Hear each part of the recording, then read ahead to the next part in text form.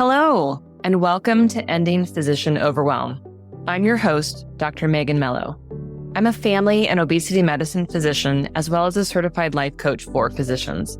In this podcast, we talk about how the learned habits of people-pleasing, perfectionism, and a lack of boundaries show up in our lives and how they contribute to burnout, exhaustion, and overwhelm. The healthcare system is broken, my friends, but let's not wait for it to be fixed in order to feel better.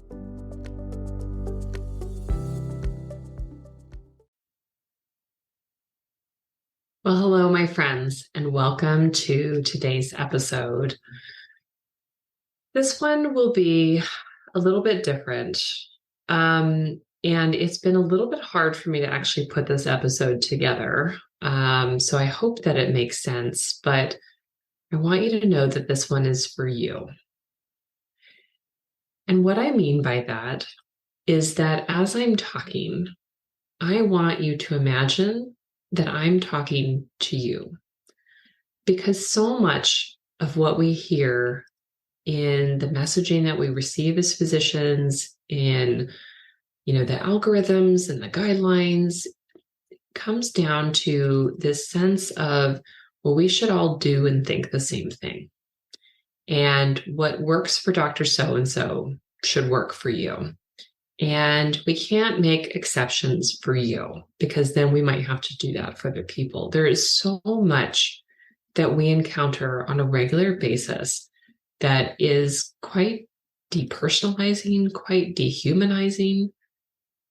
And I really want you to hear me today and imagine that we are sitting down to talk face to face, maybe cozied up over a cup of tea or whatever beverage you would like to imagine.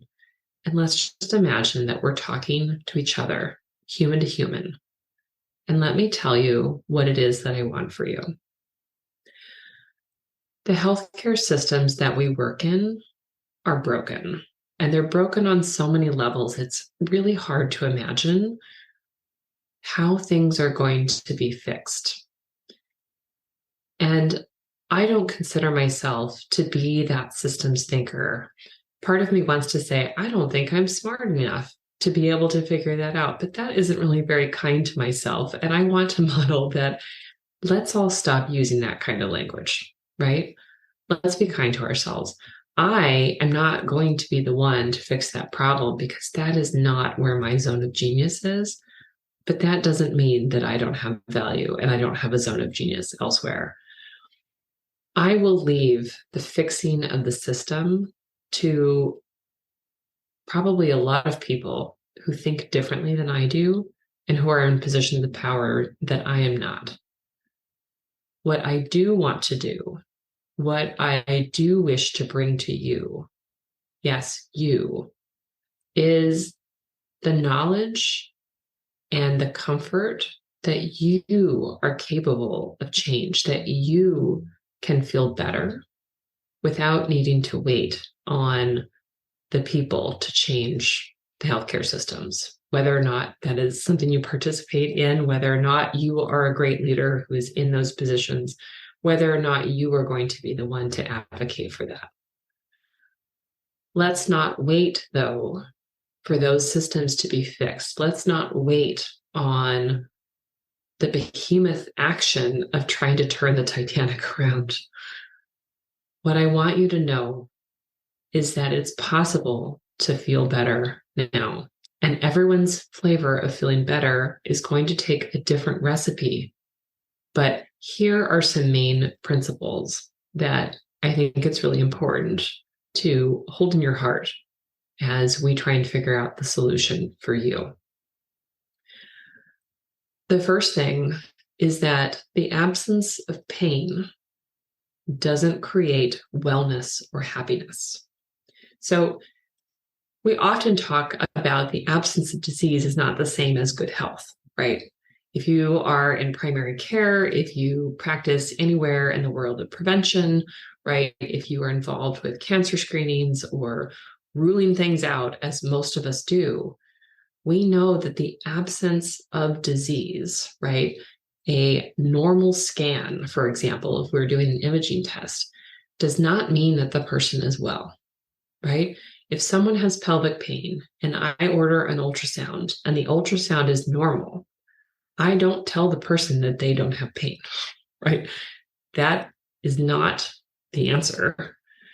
And so, similarly, when we start to work on removing some of the pain points that you experience, right? When you are doing work to make things smoother for yourself, make them easier in some way, it doesn't automatically create happiness and joy. And it's really important to understand that because sometimes we will really work on minimizing a pain point, on making something better for ourselves, thinking that if we only fix this, then we'll be happy, right? If I can only figure out this charting thing, then I'll be happy. If I, didn't have to work this many hours, then I would be happy. But we'll make that change if we can, right? And we don't find ourselves happy. We might be, experiencing a little bit of buzz or happiness for a really short period of time, but that doesn't last, and that's normal, right? We don't get to experience happiness automatically because we've taken away a pain point, right? If we've got a thorn sticking into our arm, pulling the thorn out does do something, but it doesn't automatically make that wound heal, right? That takes time and something else. And it doesn't make that skin feel wonderful, right? We've just removed a particular irritant, right? We need to think about our health and well-being in the same way, right? So yes, let's do the work to make charting less painful. Yes, let's do the work to, reduce your hours if you need to do that, and to accept that that's normal and that's okay, right? It's crazy the amount of work that we do, even when we're working part-time. But making that cut doesn't automatically make us happy. Let's be very clear on that, because otherwise we will feel that what we have done is useless and not see it as an opportunity to make other changes, right? If you cut your FTE, but you end up staying around because you feel like you have all this free time and you end up going home at the same time, that is actually not a win, right? We want to do better than that. The absence of pain is not the same as wellness or happiness. Number 2, change is uncomfortable. We have done tremendous amounts of change over the course of our lifetimes, right? We went from high school to college to maybe working a job for a while to medical school. We might have done other training along the way. We went to residency. We might have done a fellowship, right? We have done a lot of training, and training is literally changing us from one thing to another thing, right? We are going from a human being with this set of knowledge and skills to becoming a human being with this other set of knowledge and skills, right? There is a transformation that happens. And we recognize that that transformation came with discomfort, right? It was hard to learn all of that information. It was hard to then go and apply all that information and to realize that no one person can know all of the things that are possible to know about a human body or a particular organ or any number of other things, right? We drank from the fire hose and there was still plenty of water on the ground, right? There was still plenty of water that splashed all over us, right? And didn't actually get inside of us. But that change was uncomfortable, right? It came at sacrifice. We spent long hours studying when we probably would have been rather plain and spending time with friends and family. We learned to suppress our physical needs, right? As we worked really long call shifts and stood in the OR for hours and hours on end, right? Holding a retractor, right? Maybe not even able to see the surgery. Could we argue that that's probably not necessary for trainees and not really very helpful? Anyway, I won't go down that rabbit hole, but just to say that we have experienced change that is uncomfortable. And sometimes when we're on this side of it, right, when we are trying to make changes for ourselves, when we are trying to work on our habits, when we are trying to work on our self-care, when we are, making that FTE change and adjusting to a different schedule, we will often experience discomfort with that. And we can then sometimes make it mean that our decision was wrong, or that we picked something that's too hard, or, tell ourselves that this thing should have been easy. Change is uncomfortable, right? There's newness to it. There is well-worn ruts that may be from our old habits, and constantly having to think about, sort of pushing our wheels out of those ruts, if you will, right? Those default automatic pathways that, are often well-worn for a long period of time, right? Change is uncomfortable. It's important to recognize this and to normalize it, so that especially when we are trying to make changes that primarily benefit us, right, which is the work that I want to do with people, right, figuring out how do we make it better for ourselves, not waiting for the system to change, that change comes with discomfort. And that is okay. That is normal. There are reasons why it's uncomfortable that are universal to all humans, right? Habits are habituated, right? They are automatic. They didn't start that way, but they have become so over time. So unlearning them is uncomfortable, and learning new ones is uncomfortable. That's normal. But again, really critical to understand. The third thing that I want to talk about is, again, also normalizing that there is a reason if you've been trying to make change and you find yourself falling back into old habits, there is a reason probably that goes beyond simply that habit change, right? Again, if we've got well-worn ruts and we have a wagon going through those well-worn ruts, it is easier for us to continue to follow the ruts. The ruts are there. They are a pathway.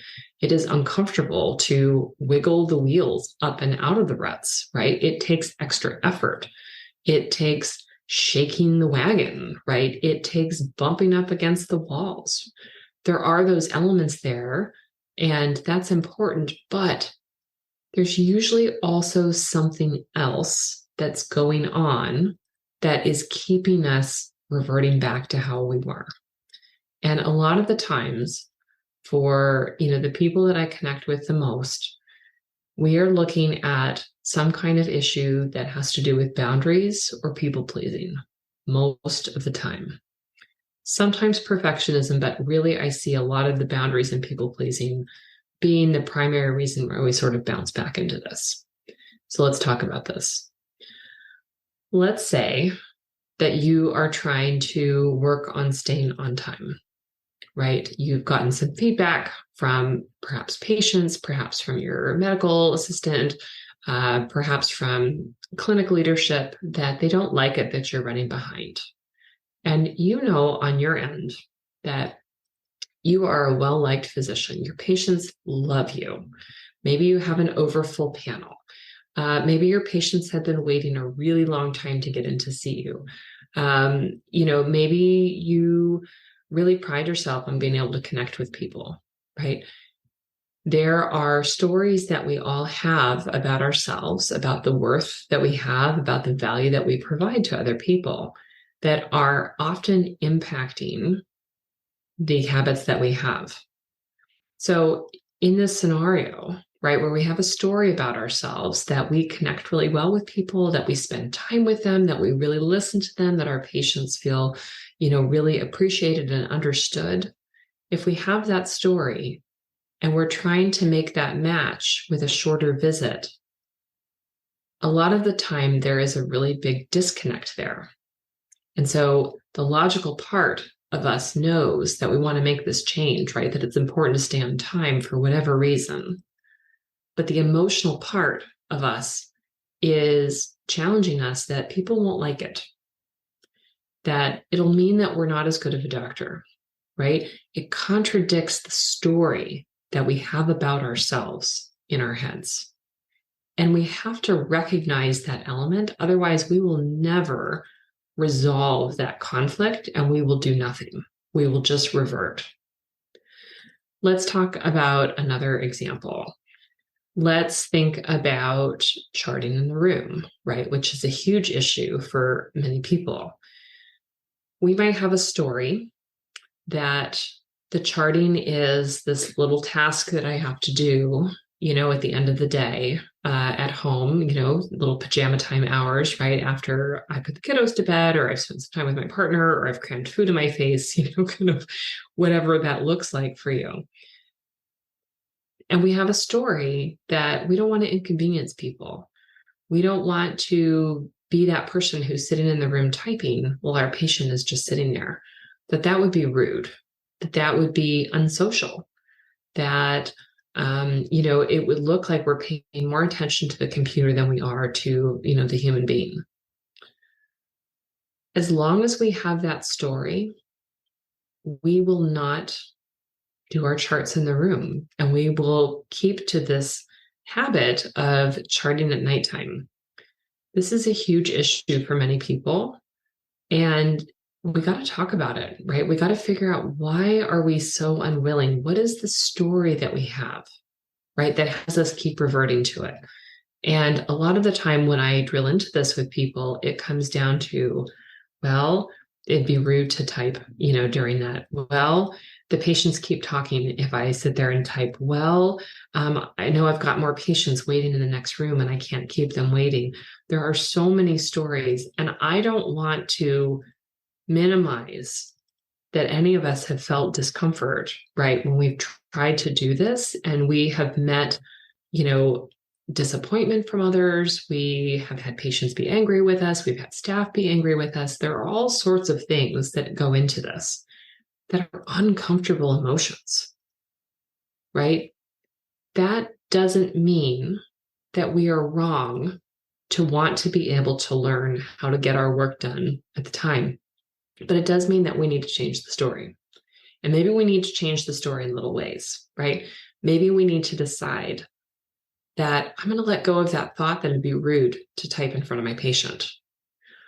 I'm going to let go of the thought that people can't wait for me, that people can't understand what I'm doing, that I can't have, some kind of simple phrase that I use with people to explain, I need you to pause in your story for just a moment because I want to make sure I get the details of your exam written down.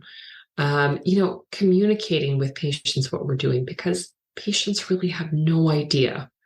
They have no idea the burden of the documentation pieces and how much work it takes sometimes to put in simple orders. They don't know because they don't do our job. So we can bring them in, we can change the story, we can develop kind, clear language that helps to explain what we're doing. But if we don't make that work visible to them, then we will stay stuck over here where we are taking on too many problems in the room. Most of us are guilty of that, right? And we've got patients who expect us to take on as many things as they come to, even their list of 17 things, right? And we've got these documentation requirements, and most people are more freaked out that they will be audited and are tending to undercode rather than cut back on what they're doing. There's all sorts of story in there that contributes to some of these difficulties that we have. And it's really important to understand that there are reasons why you are not making progress if you are running into these challenges, right? It's not because you're incapable of learning. It's not because you're lazy. It's not any flaw in you or any incapacity. It's because there's some kind of story that you have about what's okay and what's not okay. And in order to make progress, we need to work on changing the story. I'll give another example of this. A lot of times we talk about limiting the agenda, and the immediate response from my client is, yes, but this patient has waited 6 months to get in to see me. That is a major pain point for us. We don't think it's right, but did you decide that? Did you decide to have your schedule crammed so full that people can't get in to see you for 6 months? There's not really a world where that makes sense, right? It's ridiculous what is going on in medicine. And I think we gotta just call that out. And it is not my fault or your fault that is the case. And the answer is not that we just cram in people, we'll come in early and we'll see people over lunch and we'll stay late and, somehow magically make up the system. That's not the answer. But let's not blame ourselves for this problem. Let's change the story, right? Let's be explicit of, it's not right that you had to wait 6 months to get in to see me. The system is very strapped right now. And I'm sorry, because that's very frustrating. If I had a way to make more hours in my day to be able to see more people, I would do that. I'm not able to do that. We're going to deal with what we can today. And we're not going to be able to deal with your list of 17 things. I wish we could. We can use clear language. We can be honest about the system and its shortcomings. We can still be kind and clear, but not take ownership that it is our job to cram all 17 things into the visit when we've got 20 minutes. It is not your fault if there's a 6-month wait. It's not good. It's not right. It's hard for our patients. And we can't keep carrying that weight around with us. All of these elements, right? All of these stories that we have, all of the responsibilities that we feel to make up for the shortcomings of our system are contributing to these challenges that we have when we are trying to make things better. If you and I have talked about these things, if you have shared these things with me, if you have expressed them elsewhere and I have just seen them, if I have experienced these things myself and I'm sharing my experiences with you, all of these experiences are true and real. And there's nothing wrong with you if you've also experienced these difficulties. I can share absolutely that all of these things have been a challenge for me and still are a challenge for me in different ways. But when we do this work, we will experience the discomfort of these things being new, of having to focus on removing the pain point, right? And then dealing with our lack of knowing what to do to be happy, right? When we free up time for ourselves, we very quickly will fill it with other work, right? Rather than sit down and try to figure out what is it that I actually want, right? There's discomfort in doing that. Believe me, I know that, but it's something that we got to do if we want to feel better. When we are trying to make change, we need to accept that there is discomfort with that. It's just part of the process. Nothing has gone wrong. You are not weird. You are not broken. If you are thinking, gosh, change is hard, right? Especially if you've got that people-pleasing vibe and you are trying to make a change that primarily benefits you. That feels incredibly uncomfortable, right? Because you are probably contributing to other people having dislike of that. And there's a reason why you keep reverting back that is not strictly habit, but it does have to do with some story that you've got in your brain, a story that came there very authentically, very legitimately based on your experiences and how you were taught and what you saw modeled about what is okay and what's not okay. And it's time to look at that story again and to see whether or not it's helping you. We are all amazing, highly capable, hardworking, compassionate people who have been overworking for years, who know how to drive ourselves really hard, who know how to ignore our physical needs, who have been taught to squash down our emotions and often not taught how to let them come to the surface and be expressed in healthy, safe ways, right? We have seen a lot of numbing behaviors in other people. We have seen a lot of anger and yelling and nastiness back and forth, which is not the healthy expression of emotions. Sure, let's be angry when we're angry, but when somebody is constantly lashing out at other people and always judgmental, right? You can bet that their internal landscape is way harder on themselves than they are on other people, and that is not okay. That is not a healthy expression of emotion. That is not somebody who is living a balanced life. What I want for you is to realize that these elements are a part of healing, and they're not the part that feels good, but they are doable.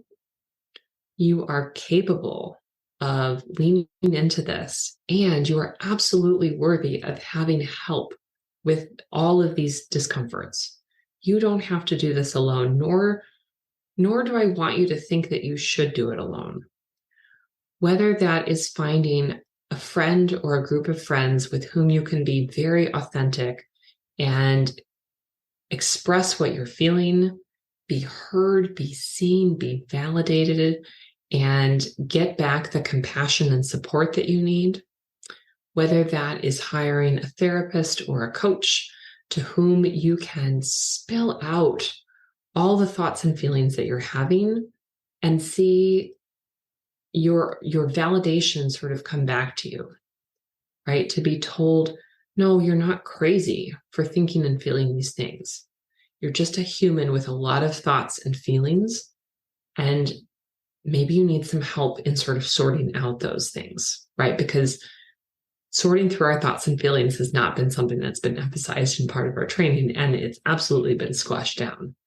So many of us need support, right? So whether that's somebody in your life that you can turn to and again, be vulnerable and authentic with, or whether that's getting hired help, somebody who is trained to sit with you and hold space for you and validate and discuss these difficult things, you are 100% worthy of having that kind of support.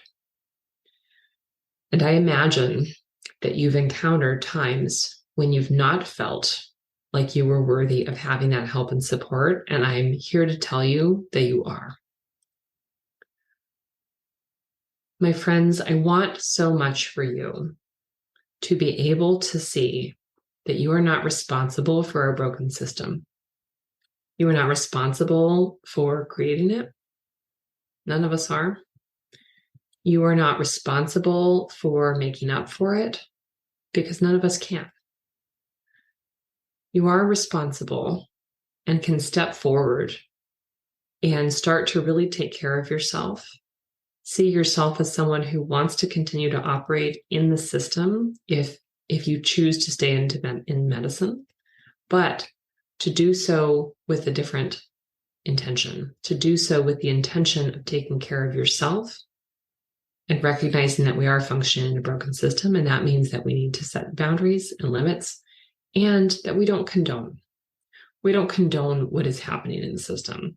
We don't condone that we are facing tremendous staffing shortages and sometimes supply shortages, and that we are being asked to do more and more and more all the time with less and less resources, that we have had payments cut, that we are asked to document more, that we are asked to take on more responsibilities because we are understaffed, and can't you just do this thing? And patients, meanwhile are frustrated, right? Because they're not getting their 17 items. We cannot accept responsibility for all of that. We cannot fix that. What we can do is learn how to speak kindly and clearly and let people know we wish we could do more, but we're just not able to do so. What I want for you is to find healing. What I want for you is to get the help that you deserve. What I want for you is to learn how to take care of your body and your mind and heal burnout if that's where you are. Heal that cynicism that you don't like, right? That you feel some judgment towards. That is a totally normal part of burnout. To not be feeling emotionally exhausted if that's you. To look back on the last several years, and probably even before that, right? Even before the pandemic, and see just how much you have been through. And to tell yourself, it makes sense that I feel this way. It makes sense if I'm exhausted. It makes sense if I'm frustrated and overwhelmed. It makes sense that I have pushed myself harder and harder and harder all the time, feeling like I need to make up for the shortcomings of the system. It makes sense. No one told you otherwise. And it's not too late to change. So if you're listening and you are someone that I interact with in real life, this one's for you. You have been through so much. You are capable of amazing things, and you do amazing things that you can't even see all the time. And it's okay to take care of you. It's okay to put down some of these burdens of feeling like you're the only one who can take care of all of the things. It's okay to ask for help. It's okay if you're not okay. It's okay to take time off. It's okay to leave a toxic work environment. It's okay to say no. It's okay if people think that you're not a team player because you don't agree to go to all the lunch meetings, right? When you don't really have a lunch break anyway. It's okay to take a nap. There's lots of things that are okay. And I want you to see that. But that's uncomfortable.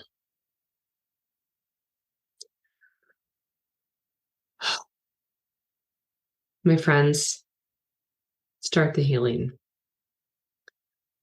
Know that I see you. Know that we're all in this together. But part of what we need to do to change the system is to decide that we're not going to be quiet anymore, that we're not just going to be complicit, that we will not only speak up and advocate for what needs to change, but we are also going to take the radical action of choosing to see ourselves as humans and to take care of ourselves, our bodies, our minds, our souls. I hope that this resonates. I hope that you have a wonderful week. I hope that you'll reach out if you're feeling like you need some support around this. And I hope for all of us that we will really lean into getting what we need in order to feel better, in order to decide whether or not we're going to continue to be in the system, but to be in the system in a different way, to be in the system in a boundaried, self-compassionate way that actually enhances our ability to take care of the other humans. Goodbye for now, and until next time.